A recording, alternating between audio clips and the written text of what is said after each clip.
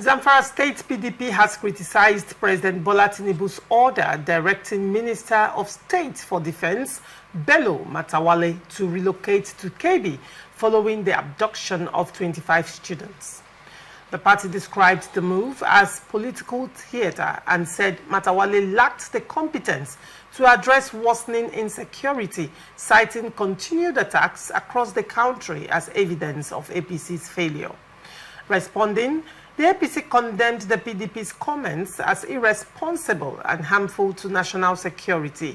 The party praised Tinubu for cancelling a foreign trip to oversee rescue efforts, arguing that no previous president has taken such decisive action during student abductions. It accused the PDP of choosing sabotage over sympathy for the victims.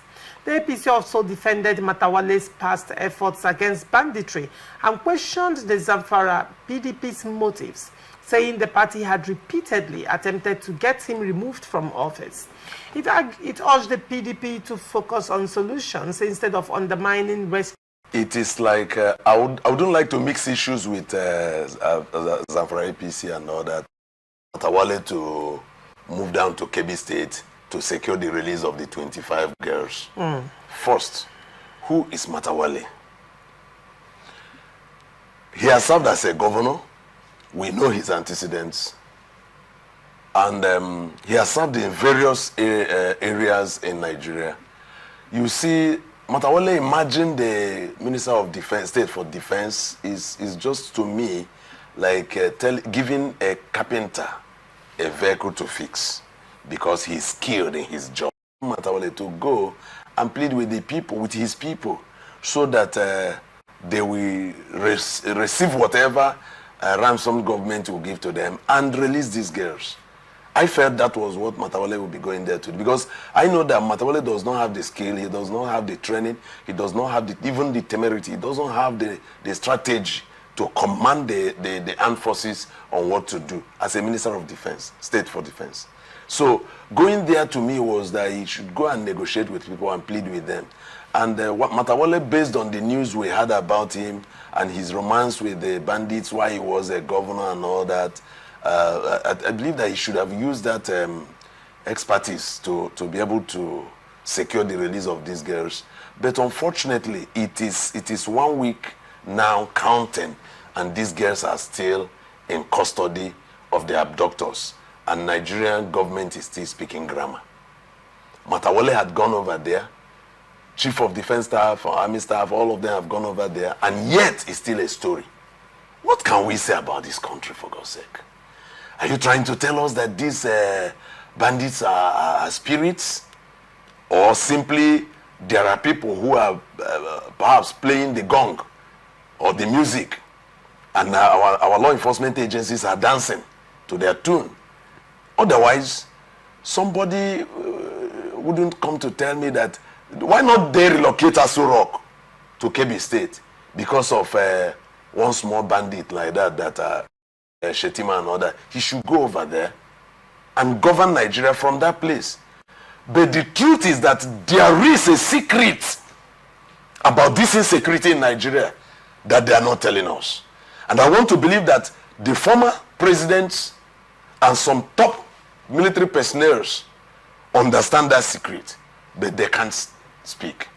The question I'm asking is whether you talk the truth or you did not talk this to die, you die. Why not say the truth? So, seeing the truth today, I see government as accomplice. If they say they are not accomplice to it, let them show working. Let them command the police to work. Let them command the army to work. Let the DSS do their work. Okay, if they are saying that they have been infiltrated by these people, can they fish out those people whom they suspect that have lineage with the bandits and the terrorists? And if one should also ask, why is it that bandit has not been proscribed in Nigeria as a terrorist organization? Why is it that these people, and we are coming here to speak grammar? Why? Now, why? Now, the question is, I think the question is probably addressing the issues surrounding Matawalle as the Minister of Defense. especially now, like I always say on this program, before President Bola Tinubu decided to run for presidency, I mean, he said, Emiloko, it's my turn, yes? So he understood the security complexity of Nigeria. He understood the challenges. He has been, eyes wide open. Now, considering the complexity of Nigerian insecurity, now Matawalle was a teacher, and then before he became a politician. Are we asking the right questions? Are we even asking the government the right questions? Now, Matawalle, as the governor of Zamfara State, under his administration, Zamfara State had crisis of monumental proportions, insecurity of monumental proportions. Now, the current governor of Zamfara State, Dauda Lawal, had accused Matawalle of procuring vehicles for bandit leaders, including the notorious Bello Matawalle, while serving as Zamfara State governor. He also said Matawalle kept terrorists at the government house and ransom was paid to terrorists through the government. Now, he also said Matawalle purchased 34 brand new 2019 model Hilux and distributed to terrorist leaders like Ado Aleiru, Halilu Sububu, and Bello Matawalle. Sububu and Bello Matawalle. On 10th July 2024, Bello Matawalle himself now said, Matawalle amnesty only empowered some of his colleagues. Now, the Nigerian investigative newspaper called Premium Times reported that Matawalle said he killed one of the bandit leaders in Shinkafi local government for peace to reign. Now, this is Bello Matawalle saying that Matawalle gave them amnesty, and probably that could explain the distribution of the Hilux buses. It's also very important to note that he was also being investigated by EFCC for 70 billion naira, corruption case and all of that. It's a lot. Now, when you look at this CV, because that's what I'll call it, when you look at this curriculum vitae, I'm trying to understand how Matawalle became the Minister of Defense. Okay. How is it possible? Is it that Zamfara, under his leadership, he was able to crush banditry and terrorism? That Tinubu looked at him and said, "Oh, he has something to offer. You will definitely handle." What is the qualifying virtue? What was it exactly? I believe that what is happening now in defense ministry is exposing more of the things that some of us shouted at when Tinubu was making choices of his appointees, choices of his ministers and some of his aides. You now discover that he didn't appoint people based on merit. He didn't appoint people based on their capacities. He didn't appoint people based on what they're able to do or antecedents. He simply gathered people and fixed them in government and was running compensatory positions based on compensation or whatsoever. Now, look at what is happening in our economy. The Minister of Finance and Coordinating Minister of Economy, how far? Look at what is happening in petroleum. How far?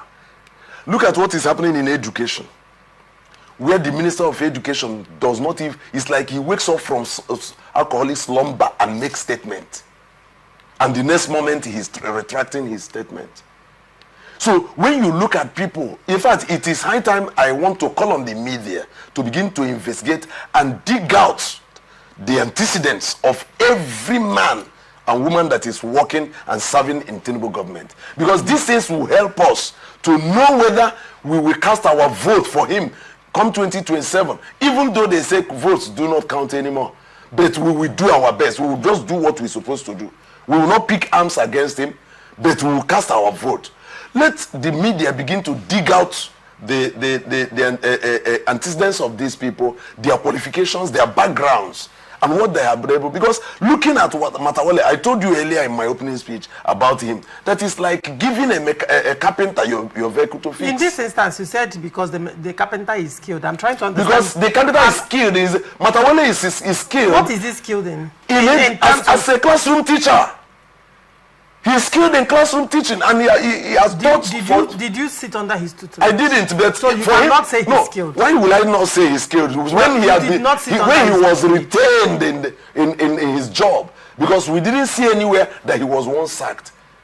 He was retained in the job, and I believe he might have been making progress either as a primary school or nursery school teacher or secondary school teacher, whichever one. But such is the kind of person that was picked. When he became a governor through whichever means, we saw how porous his government was when it comes to security. And now, his current governor accused him. And not only that the governor accused him, nobody would say that it is been alleged again, because even Bello Matawalle himself has come out to claim, to accept that amnesty was given to them. And things like that. So how will a man who had this romance with these people to the extent of keeping them in government house and giving them preferential treatment? That was from December. It was the president governor that is saying so. Now, it's very important you don't say it like you are saying. No, he said, the man said so. Who said it? The governor said it is not me, it's Dawda Lawal that says so. Right. So we are quoting Dawda Lawal that the governor brought these people to the government house, giving them preferential treatments, feeding them with Nigerian taxpayers' money, and after feeding them fat, they went to the bush and began to unleash mayhem on citizens of Nigeria. And that same person is the person that Mr. Tinubu picked Minister of Defense. Make him Minister of Defense. How? And now look at where we are. Minister of Defense, the terrorists, though we are the ones calling them terrorists, they are working their ways free. This whole thing brings to mind, I asked this question yesterday, like I am also joining my voice with that of the Kebbi state governor, who asked a simple question. Before the terrorist struck, who instructed the military to withdraw? Okay. 30 minutes before that invasion. Okay. On whose authority? Because DSS had given intelligence. Okay. So they knew there was going to be an invasion. On whose authority did the military withdraw their protection that gave room for these terrorists to strike unabated, to strike without any undisturbed, exactly, for hours? You see. So I'm joining my voice with that of Kebbi state governor. I think these are issues that Nigerians should not allow to be swept under the carpet. Good. Nigerians should ask pointed questions. Nigerians should ask questions until we get answers. Because, I mean, the military receive their payment from taxes of Nigerians. It is our tax that is keeping the country. And by next year, we are even going to be taxed even more. Okay. Down to every single aspect of your life will be taxed. So if the government is so willing to increase taxes on us, then we should see the result of the taxes that are being paid to them. The military is receiving funding from the taxes that we pay. The same with the police, the same with every other security agency. So, why should they withdraw from protecting lives that they were sworn? Anyway, one would say their instruction is to protect territorial integrity of the country. But then, going by, we are in a state of war, actually. We are not even trying to protect territorial integrity. We are trying to protect every integrity. We don't even have territorial threats. We don't have territorial threats now. It's a guerrilla war. We now have internal threats. Now, you ask this question. As the governor, as highly placed as he is, asking this question. To act because the security architecture is not in his hands. That is where I pointed the complicity and how come this instruction military was given and the governor was blind to all this? No one has answered that question. And he is the number one chief security officer of the state. Chief of Army Staff has not given us answer to this. You know, we clapped for him that he didn't join or agree with them in the coup that was planned. And he has now been elevated to Chief of Defense Staff. What has he said to us? What has he got to say concerning this question? Who ordered the military to withdraw? Does it now mean that military is working hand in hand with the bandits?